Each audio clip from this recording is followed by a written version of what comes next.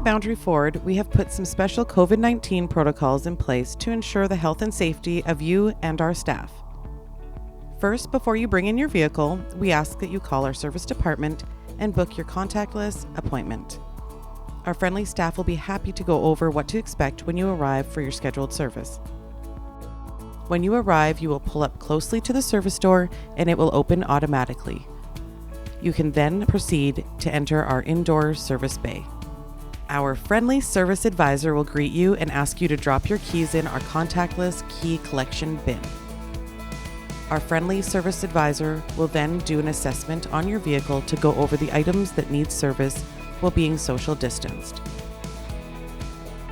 We have placed plexiglass panels in all reception and service areas to ensure that everyone is at a safe distance. After the assessment, our friendly service advisor will begin the disinfecting process within the interior and exterior of your vehicle.